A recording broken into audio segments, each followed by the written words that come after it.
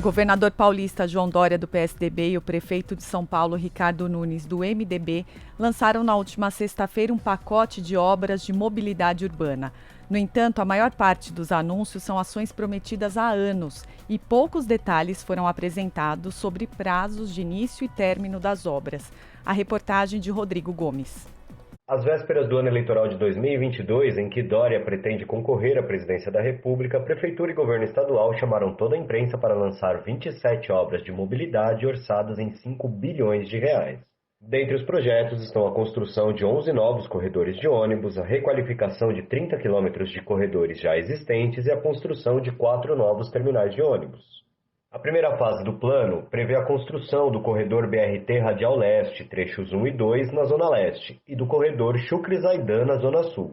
O trecho 1 do BRT Radial Leste vai do Parque Dom Pedro, no centro, até o cruzamento com a Avenida Aricanduva, na Zona Leste. Já o segundo trecho vai ligar a Avenida Aricanduva até a Estação Itaquera, da linha 3 vermelha do metrô. A expectativa é que essa obra custe pouco mais de 700 milhões de reais e beneficie cerca de 250 mil pessoas que usam o trecho diariamente. Segundo Dória, o principal objetivo do BRT Radial Leste é desafogar a linha 3 vermelha do metrô e a linha 11 Coral da CPTM. O pesquisador de mobilidade urbana do Instituto Brasileiro de Defesa do Consumidor, Rafael Calabria, avalia que a realidade demonstra que não há possibilidade de desafogar o metrô ou os trens, mas sim de lotar o BRT. Não dá para dizer completamente isso que eles estão afirmando, porque o sistema de trilhos não é completamente integrado com os ônibus. Não tem integração, você paga 2/3 de uma passagem, né? Quando você pega ônibus e metrô em São Paulo. Você paga lá 3 e quebrados, quer dizer, dá mais de R$7. Então, a pessoa não tem uma opção perfeita entre um ou outro. Então, a pessoa que usa mais ônibus, tem que usar o ônibus num trecho, se ela conseguir fechar com o BRT, ela vai usar mais o BRT. Então, na real, pode ser que tenha um problema contrário. Pode ser que o BRT fique superlotado, porque a galera vai usar o BRT para economizar a integração do metrô. Eu acho que tem indícios, né, de que não vai desafogar o metrô, porque o trem vai até Mogi. O metrô, né, também é um atendimento muito cativo, né, é um serviço muito claro para quem vai integrar, quem vai vir para a Zona Sul, para a linha azul, para a linha amarela, vai usar o metrô. Então, há evidências de que vai ficar o BRT lotado e o metrô lotado. Não vai desafogar quando inaugurar a linha 6, que tem que ir lá até Aricanduva também, depois tem que fazer o monotrilho funcionar direito, né, tem que fazer conexões lá da linha 12. Quando tiver uma rede de trilhos na Zona Leste e uma rede de BRTs também na Zona Leste, aí você vai ter um serviço de qualidade desafogado, não deslotado.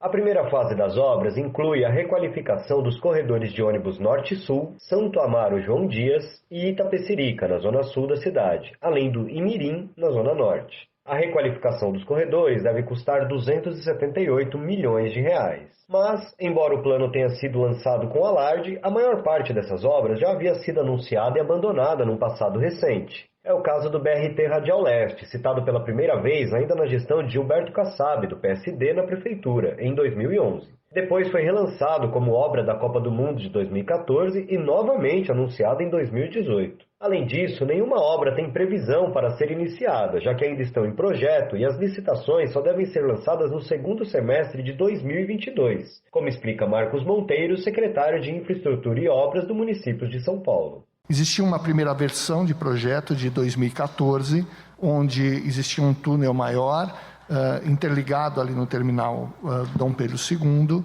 Ele começou a ser executado, foram executadas algumas contenções de terra e depois houve uma reavaliação desse projeto em 2018.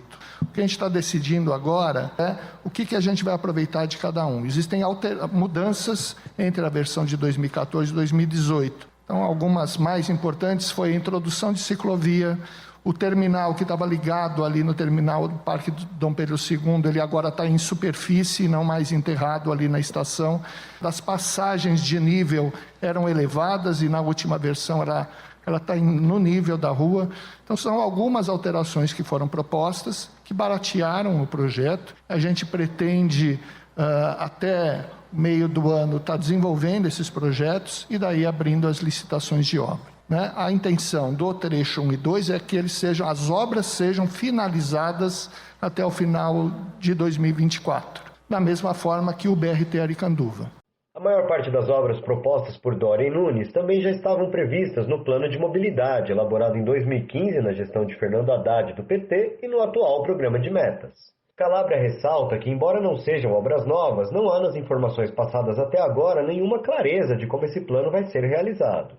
É interessante, muitos dos corredores lá, o Radial, Aricanduva, o Perimetral da Zona Leste, César Garcia, estão previstos nos planos de mobilidade da cidade e no plano de metas dessa atual gestão. Então, é um planejamento que já vem sendo feito, né? E é importante o governo do Estado também se responsabilizar e investir recurso público nisso, né? Mas preocupa a falta de diálogo, de transparência dos custos exatos de cada uma das obras, né?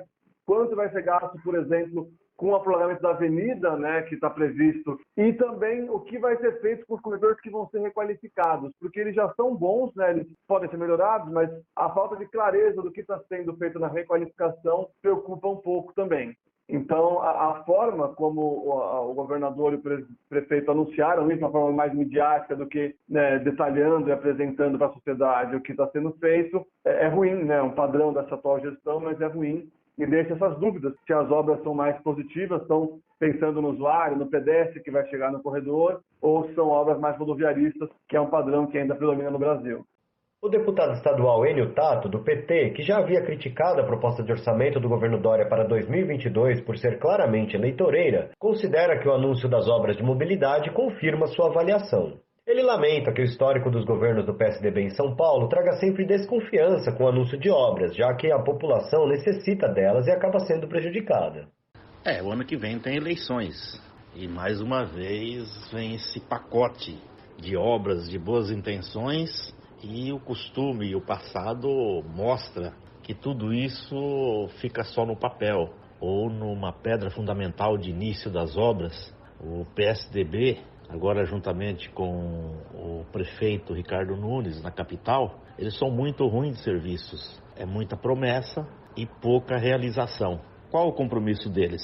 É fazer todo esse movimento, todo esse pacotaço. O ano que vem ele sai do governo, Dória, né? E fica para os outros. É muito lançamento, muita pedra fundamental e pouca realização para atender a população. Há poucos dias nós inauguramos uma estação Mendes Vila Natal, na Zona Sul da CPTM, que demorou 10 anos para se construir 2 quilômetros, né, de trilho de trem. A parceria entre os governos Dória e Nunes prevê que ambos banquem 50% das obras anunciadas, com exceção das eventuais desapropriações que ficam por conta exclusiva da Prefeitura de São Paulo.